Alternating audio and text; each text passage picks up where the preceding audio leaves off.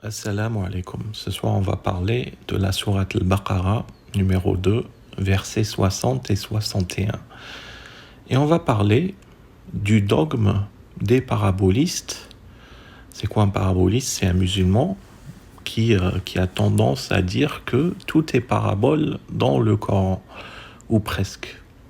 Et qui vous disent par exemple que si Allah parle de l'eau qu'il fait descendre pour redonner la vie, les parabolistes, ils vous disent c'est pas de l'eau physique. Ils vous disent l'eau, ça désigne les paroles d'Allah. Voilà. Pareil, quand ça parle de nourriture, ils vous disent que c'est pas de la nourriture physique, mais de la nourriture spirituelle et donc les paroles d'Allah. Et c'est pareil également quand ils lisent Kulu washrubu, buvez et mangez. Ils vous disent, c'est pas boire et manger physiquement. Ils vous disent, c'est écouter les paroles d'Allah. Et s'il y a des parabolistes en commentaire, si vous estimez que je n'ai pas bien défini votre interprétation du Coran, corrigez-moi s'il vous plaît par rapport à ce que j'ai dit. Maintenant, je vous fais écouter la lecture de ce verset par un paraboliste qui trop souvent prétend qu'il ne donne pas son interprétation. Vous allez constater par vous-même qu'il s'arrête au milieu du verset pour poser une question orientée qui dévoile son interprétation de ce verset. Asma, il dit, et quand Moïse demanda de l'eau pour désaltérer son peuple, c'est alors que nous dîmes frappe le rocher avec ton bâton. Et tout d'un coup, 12 sources en jaillirent. Et certes, chaque tribu sut où s'abreuver. Koulou washrubu. Tu manges de l'eau, toi? Vous avez remarqué comment il s'est arrêté à arrêter la récitation d'un verset d'Allah pour y introduire sa question orientée et son interprétation. Il a posé la question, est-ce que vous mangez de l'eau, pour insinuer que puisque ça parlait de source, donc il ne s'agit pas de manger physiquement. Il a coupé le verset, la récitation du verset, pour introduire son interprétation. Je vous laisse écouter la suite de la conversation. Non, regarde, la bouffe, c'est le même salwa. Comme ils avaient de quoi manger, ils avaient besoin de l'eau. Ils avaient soif. Oui. Et c'est là, ils avaient soif. Allah leur a donné de l'eau. En plus de l'eau, on ne peut pas vivre qu'avec de l'eau, il faut de la bouffe. Eux, ils voulaient de la bouffe. Oui, mais là, il dit, chaque tribu sut. Pourquoi je dis ça? Asma. Ouais. Non, mais regarde, je vais continuer parce que j'ai pas fini. Il te dit, chaque tribu sut où s'abreuver. Mangez et buvez de ce qu'Allah vous accorde et ne semez pas de troubles sur la terre comme des fouteurs de désordre. Et lorsque vous dites à Moïse, nous ne pouvons plus tolérer une seule nourriture. Elle vient d'où la nourriture? C'était pas l'eau. Ils n'avaient pas de problème avec l'eau parce que c'est de l'eau, on le voit, il n'y a pas de goût. L'eau. Shrab. Oui, mais pourtant, il leur a donné. Mais pourtant, il leur a donné. Il leur a donné. Attends. Faut que tu m'écoutes.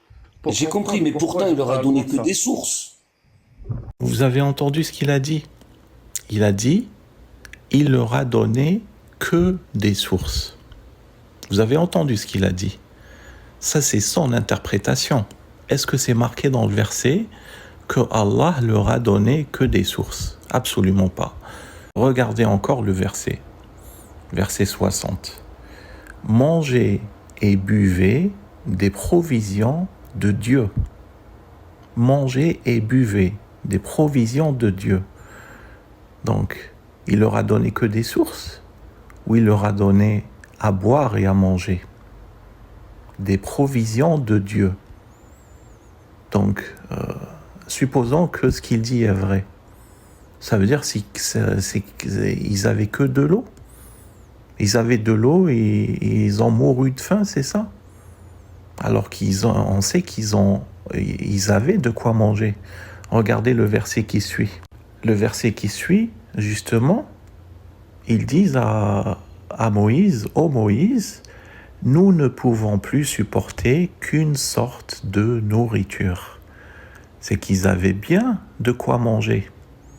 Et ensuite, il leur dit, et il continue de dire à Moïse, fais appel à ton Seigneur, afin qu'il produise pour nous des récoltes terrestres, telles que des haricots, des concombres, de l'ail, des lentilles et des oignons. C'est de la nourriture physique tout ça, ou c'est de la nourriture spirituelle? C'est précis quand même. C'est bien de la nourriture physique. Et pour revenir au point juste avant, ils avaient de la nourriture, puisqu'ils se plaignent à Moïse en lui disant « Nous ne pouvons plus supporter qu'une sorte de nourriture. » Et c'est qui nourrit l'homme? C'est Allah qui nous nourrit. Donc ça montre bien que Allah ne leur a pas donné que des sources d'eau, ces 12 sources. Oui, il leur a donné ces 12 sources, mais est-ce la seule chose que Allah leur a donnée? D'où ça leur vient, leur nourriture, si ce n'est du Seigneur de l'univers? Et juste un petit aparté, tout ce que je vous dis là, c'est mon interprétation personnelle.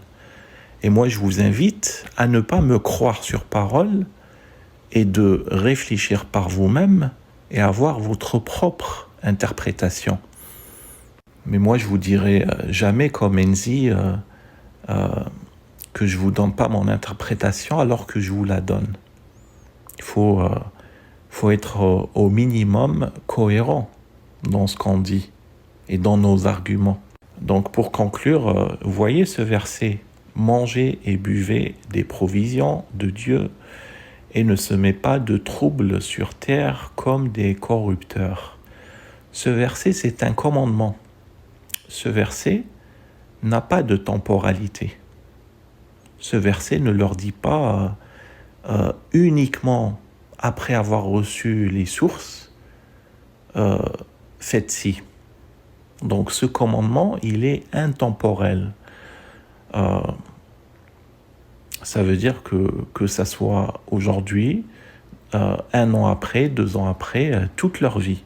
Allah leur dit, mangez et buvez des provisions de Dieu, parce que c'est Allah qui donne à boire et c'est Allah qui donne à manger. Et ne semez pas de troubles sur terre. Voilà, ça montre que le manger et buvez, c'est pas forcément lié au moment même où Allah a permis à Moïse de faire jaillir les 12 sources. Parce que les parabolistes, ils cherchent à tout surinterpréter, à tout coller pour que ça corresponde à leur interprétation. Mais si on lit ce verset objectivement, ça dit mangez et buvez des provisions de Dieu et ne semez pas de troubles sur terre. C'est un commandement d'Allah. Et donc, par définition, c'est intemporel. On ne peut pas le rattacher à un événement précis de l'histoire. Voilà, moi j'en ai fini avec ma petite démonstration ce soir. Je vous invite à réfléchir et ne pas suivre aveuglément les gens. Wassalamu alaikum.